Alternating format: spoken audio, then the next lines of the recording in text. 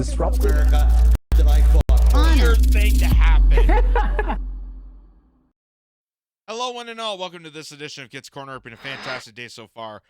So you may have saw this headline recently. A bit of a shocker, but not really a shocker as you understand where this is going towards. But Time magazine says Biden threatens to withhold weapons to Israel over Rafah invasion. And the same is going with Justin Trudeau, that he also made some sort of notion to halt sending weapon and money to Israel in stopping the invasion of Rafah. But there is more to this story that is not being told here, that got addressed on the CBC, actually. And here's what's really happening. If they go into Rafah, they haven't gone into Rafah yet. If they go into Rafah, I'm not supplying the weapons that have been used historically to deal with Rafah. It's just wrong. Biden made those comments tonight during an interview with CNN. It comes after similar messages from top U.S. officials, a new level of pressure on Israel to avoid a full-scale invasion of Rafah. The city in southern Gaza is a Hamas stronghold that also shelters more than 1 million civilians. But as Chris Brown shows us, what Israel calls a pinpoint operation in the city continues while ceasefire talks have hit a wall. In the face of near-unanimous global opposition to a ground offensive into Rafah, Israel's military pursued its attacks. Its officials say this is a calibrated, limited incursion aimed at exerting pressure on Hamas. But on the ground, these scenes, shot by a freelance videographer working for CBC News, suggest civilians are among the dead. In the whole area, there are only civilians. There are no militants, said Isra3l Najili, who witnessed the attack.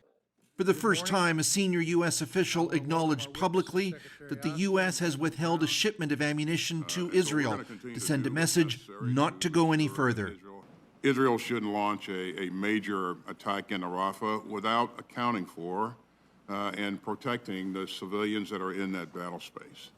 Privately, Israeli officials are said to be furious over the U.S. move, but publicly, they've tried to downplay the significance of it. All of this comes against the backdrop of ongoing negotiations with Hamas. Monday, the militant group said it accepted a ceasefire proposal, but Israel said Hamas changed the terms of the agreement. In Gaza, there's fear the talks will fail again. We spoke to Canadian Nika Alexander, who's in Rafah with the World Health Organization. As we drove through the streets yesterday and today, you could see people have piled up everything they own onto donkey carts, crammed into cars, many people together in a bus, just trying to get to some place that maybe will feel safer. But we do feel that nowhere is completely safe, so that's really stressful.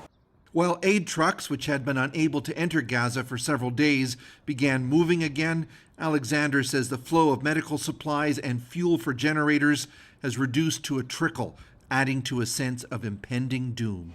You just can't imagine how many people might die if there's a great escalation in the fighting in this area. Hamas is demanding a guarantee that the war will end if it frees the hostages. But Israel says it will only consider a temporary pause, as many members of its coalition government are adamant that the fight against Hamas must continue. There you go. It's horrific. It's them just openly mass murdering people. This is no longer anything to do with defense, anything to do with October 7th, anything to do with the hostages. We know that this is all fabricated to advance the warfare, to advance them to do genocide.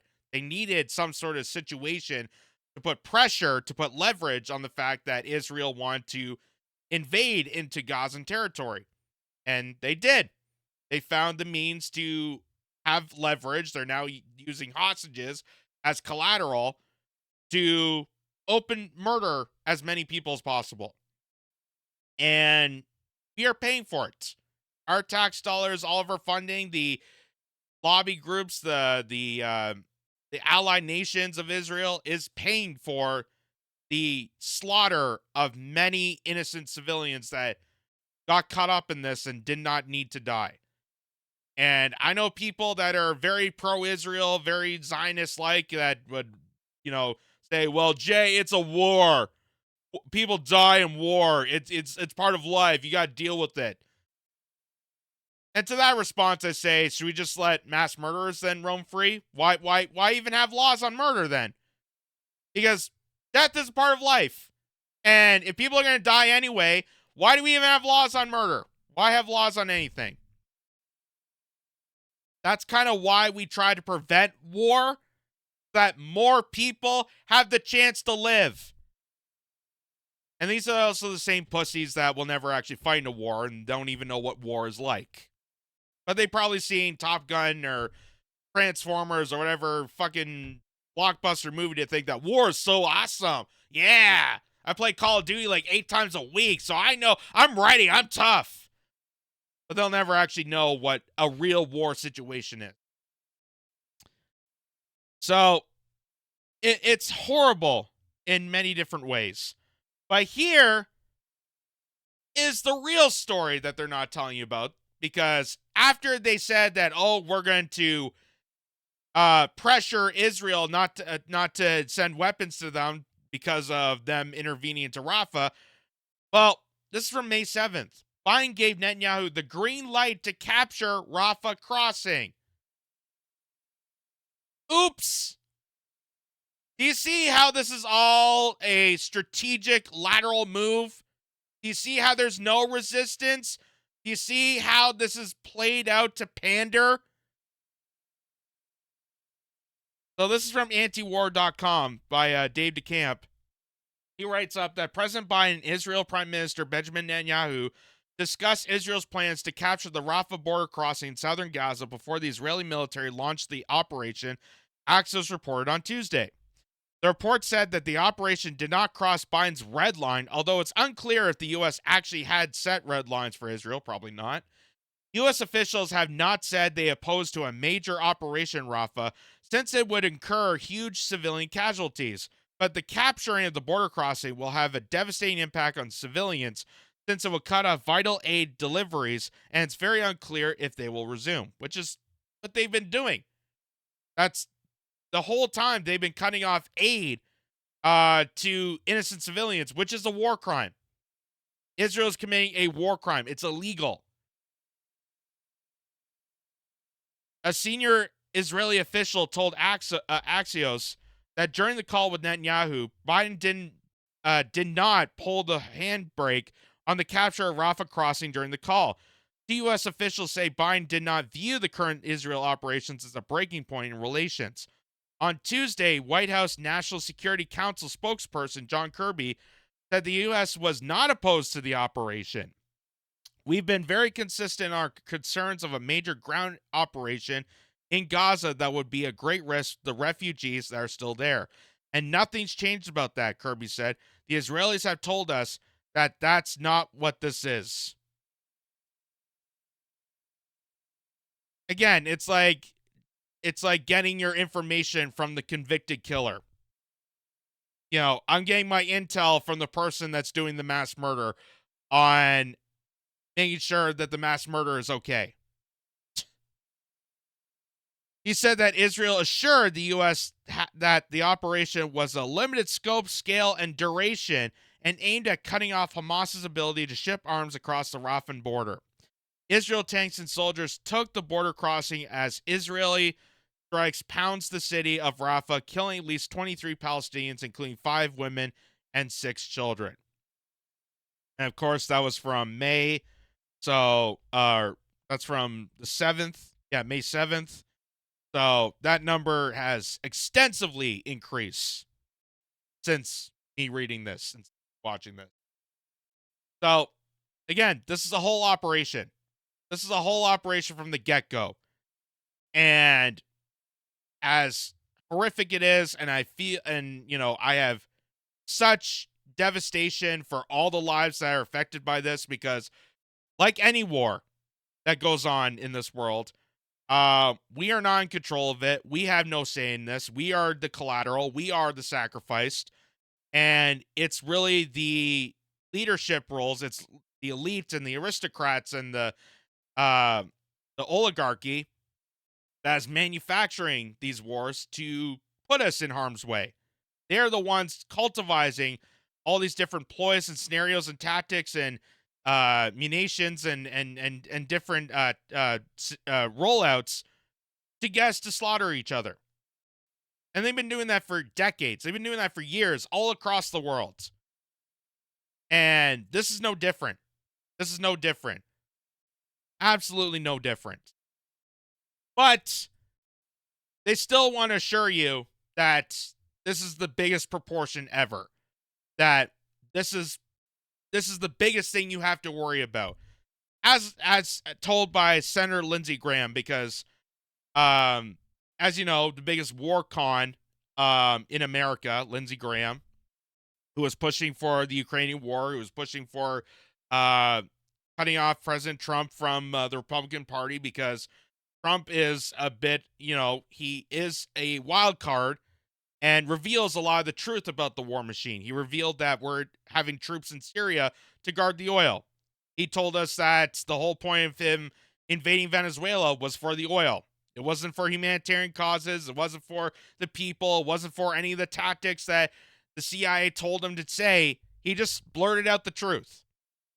And you can't have that. So here's Lindsey Graham, after all this, giving his proposal on what the final solution to this war being, instead of divesting, sanctioning, and actually defunding the war machine. Here's what he's proposing. So when we were faced with destruction as a nation after Pearl Harbor, fighting the Germans and the Japanese, we decided to end the war by bombing Hiroshima and Nagasaki with nuclear weapons. That was the right decision. Give Israel the bombs they need to end the war they can't afford to lose, and work with them to minimize casualties.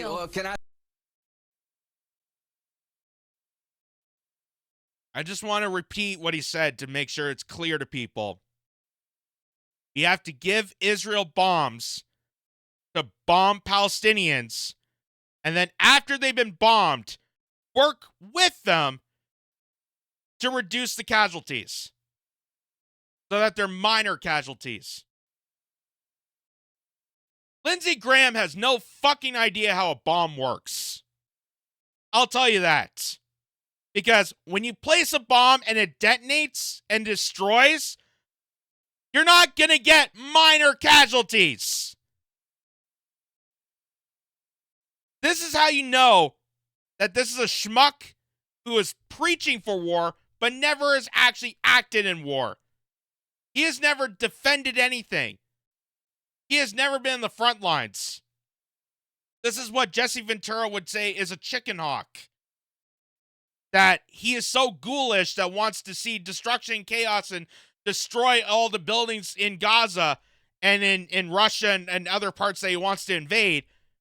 But he would never, ever, ever in his lifetime ever step foot on ground to actually fight the problems himself. You would never see Lindsey Graham on the front lines.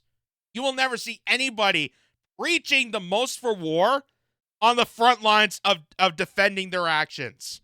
You would never see that. And this is why. Because they are cowards inside. They are ego-fragile cowards inside, stuck in their own diluted dimension that they have to now exude by saying that we need to destroy another nation, completely eradicate and bomb them to make myself look good. That's what Lindsey Graham is. And comparing that to Hiroshima and Pearl Harbor and not remembering the horrificness that came out of it, the sacrifices, the amount of casualties that came out of, no, we'll just repeat it again and try to get minor casualties.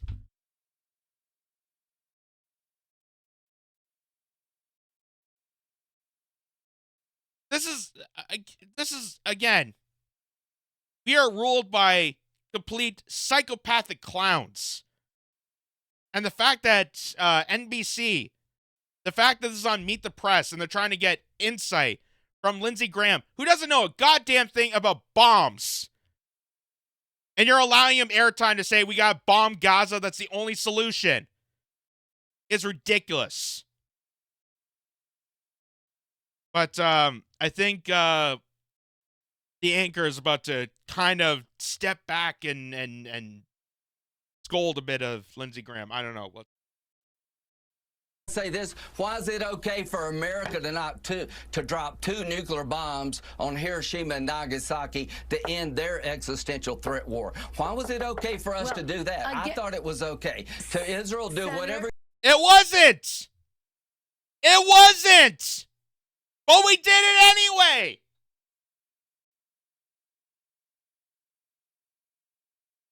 It wasn't okay then. It's not okay now. It wasn't okay then, but we did it anyway.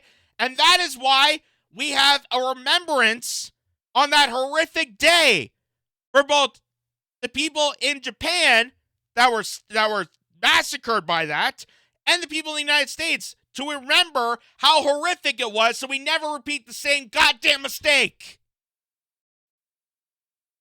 Holy Jesus. Well, seriously, this guy is Lucifer in a suit at this point. Give him the devil horns already. Give him the freaking fire around him. Jesus goddamn Christ.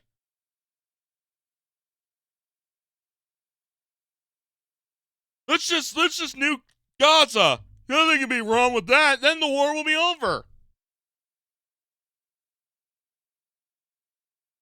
Oh my God. I can't believe these people have this much control. I can't, like, this is the kind of person that should be locked away in a mental institution. This is the person I would be putting a straitjacket on and throwing him into Guantanamo. Yeah, let's just nuke it and we'll just end it all. You know, why don't we just do that for every place? Then we can end all the problems because humanity and life will not exist. Good for us.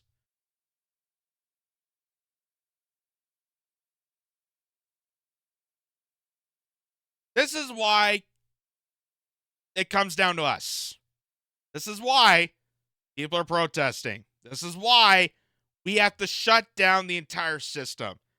Because it's far greater than one person. It's far greater than one war. It's far greater than one country. The whole entire the military-industrial complex that puts us in these penetrating wars for years is causing all this to happen. And it's about damn time. We should have done it years ago, but it's about damn time that more and more people are awake to this and stop it before it takes us down. Because it will come.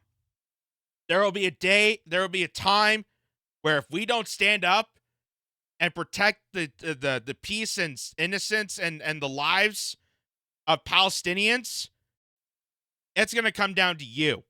It's going to come down to other members in your community. It's going to come down to anybody else. Because they will stop at nothing. And that's what Lindsey Graham's saying. That's how Lindsey Graham's putting it. It's not going to stop. We just bomb this nation, bomb that nation, bomb away. Because he doesn't care. He doesn't care. It's not affecting him. He's not in harm's way. His security is still granted. He's a decorated politician. Look at me.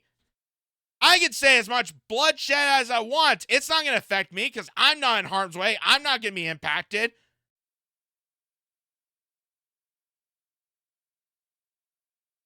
And again, my message to all the pro-Israel, pro-Ukraine, all the pro-war people alike, anyone that's preaching top of their lungs for the continuation of the mass slaughter of innocent people, by all means, lace up and go over there.